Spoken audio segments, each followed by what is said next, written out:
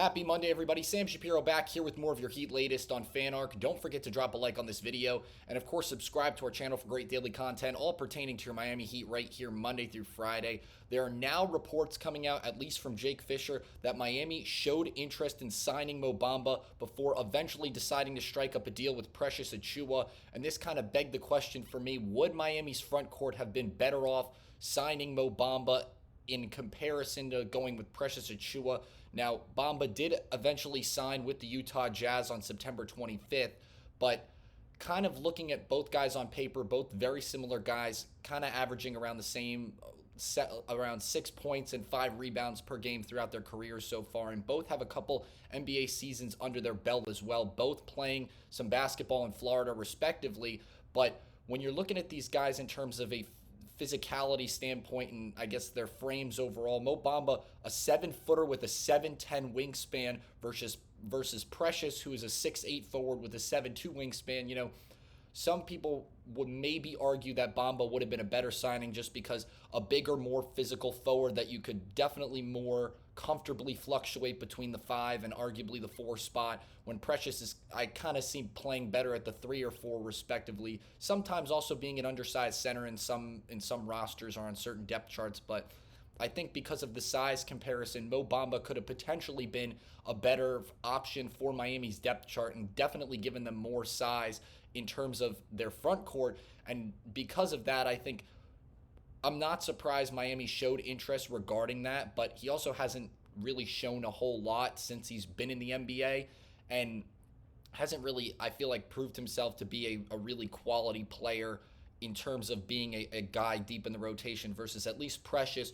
You know what he's going to do or he's at least played in Miami before and at least knows what it takes to be a focal piece in Miami's lineup and really to help contribute to winning games for the Miami Heat. So drop in the comments if you think Miami kind of dropped the ball on that one and should have went with Mo Bamba instead of signing Precious Achiuwa. I don't think the Precious signing was bad. It was a solid pickup, at least for Miami's lineup in the grand scheme of things, but just considering that they were able to get a forward we've talked about time and time again was much needed, and at least they got a forward that they know is going to contribute in some way, shape, or form, at least is going to take the court and play a decent amount of games, if not the whole season, depending on if he can stay healthy or not. But I don't know. I was kind of looking at the two guys side by side, and Mo Bamba with that frame, I think, could have been a very deadly option for Miami to keep in their back pocket, especially because they were looking to add something to their front court. However, again, you do know what you're getting more out of a Precious Achiuwa signing versus a Mo Bamba signing. So I see both sides of the argument, really, but drop in the comments what you guys think. If Miami should have maybe taken a chance on seeing if Mo Bamba deserved a roster spot with Miami, or if they kind of took a safe bet and hopefully Precious is going to be a solid guy in Miami's rotation for years to come. And now moving over to another, I guess, topic of discussion going into this regular season. Now with Tyler Herro obviously out until right around Thanksgiving, it kind of begs the question, how is Bam going to lead this team going into the first couple weeks of the season? Because at this point, he's really the only player that's been in Miami's last 2 finals runs that's going to be taking the court with them this season, that, has not just been a part of the team when they've been successful, but he hasn't really had the reins to he hasn't really been the most talented player on the roster, kind of standing alone, at least at this point in time. So going into this season, he's the best player that's going to be suiting up for Miami, that's going to take the court that first game. And it almost kind of seemed like, at least going into this season, it was going to be a collaborative effort between him and Herro to kind of lead the way, the 2 cornerstone guys for Miami right now. But now with Herro out of the mix, a lot of the weight, if not all of it, kind of falls on Bam to kind of lead the way for Miami. So I'm interested to see how this is going to affect his play, because I'm not saying he's not an aggressive player, has definitely shown multiple signs of being able to take over games both offensively and defensively, but he's going to have to do that a lot more now if Miami wants to stay in the win column while Tyler Herro's out. So I'm expecting to see a lot more points, especially from Bam, but I think defensively he's going to have to step up a lot as well. That's hoping that he won't have to, because Kel'el Ware will kind of be a little bit more polished up, at least defensively on that front.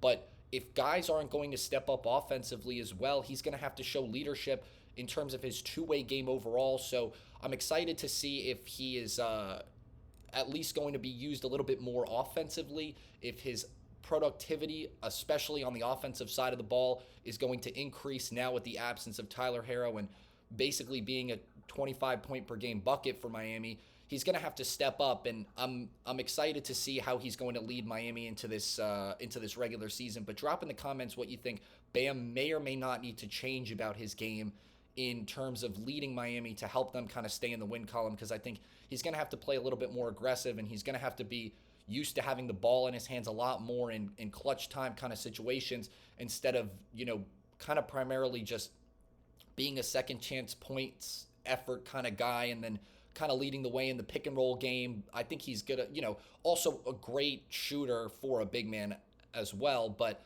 I think he's just going to have to be a lot more aggressive offensively if he wants to help lead this Miami team to a more successful start to the beginning of this season in the absence of Tyler Herro. And now switching to some other news happening today. Miami Heat Media Day is finally here. The action kicking off at 11 o'clock today, actually. And it's going to be held at the Florida Atlantic University, where there's going to be a lot going on. Obviously, this week kind of kicks off kind of the hype we can kind of get into and look forward to seeing before the tip-off of the regular season. But now with training camp starting on September 30th, this Tuesday, Media Day is going to be very exciting to, at least see some of the storylines, feel like we're kind of meeting more of the players on a personal kind of level, especially because of just how Media Day, especially in today's NBA, is presented.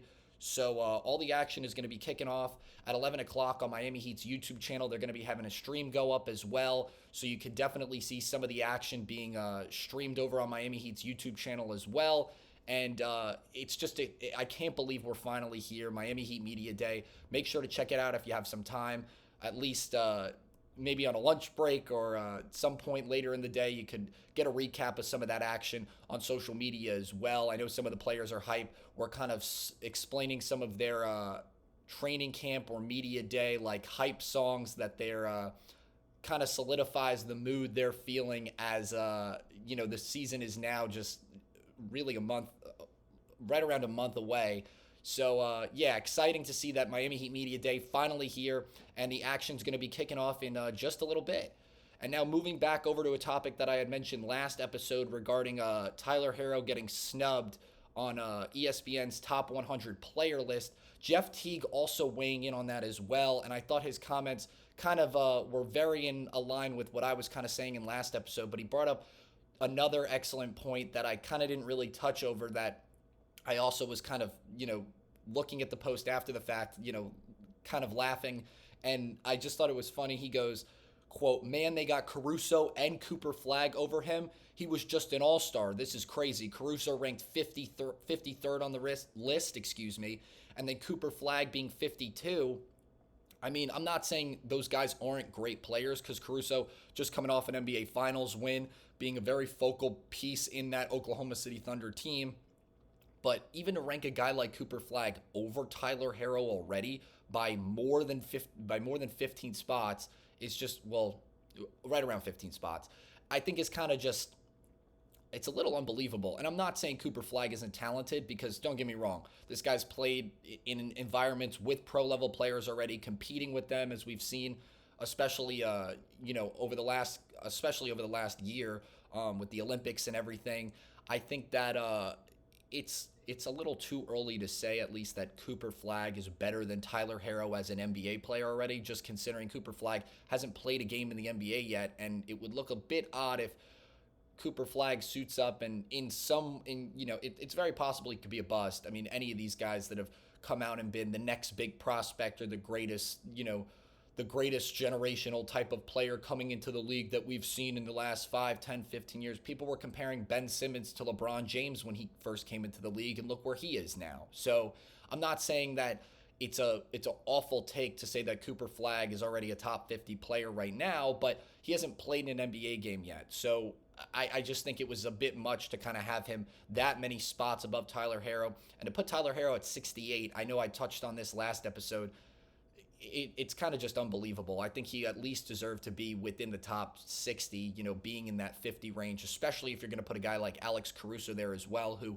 yes, is very talented and has contributed on a NBA Finals type of level, but he's definitely not, if you're putting them up against each other 1v1, I wouldn't say Alex Caruso is taking that game over Tyler Herro. So drop in the comments what you think, if Jeff Teague's comments I felt like were warranted, or if, maybe he is delusional and those two players are better than Tyler Herro, because quite honestly, I don't really agree with that take. I think it's a bit ridiculous, and I'm gonna agree with Jeff Teague on this one and say that's crazy, because he's coming off a season where he, again, scored about 25 points per game and was an all-star. So I don't know. I just thought it was funny that Jeff Teague was very open about how much he had agreed with my take on Herro getting snubbed on this list. But that's going to do it for today's episode of Your Heat Latest here on FanArc. Don't forget to drop a like on this video, and of course subscribe to our channel for great daily content, all pertaining to your Miami Heat right here, Monday through Friday. Thanks so much for joining us on this wonderful Monday. I'm Sam Shapiro. Have a great day.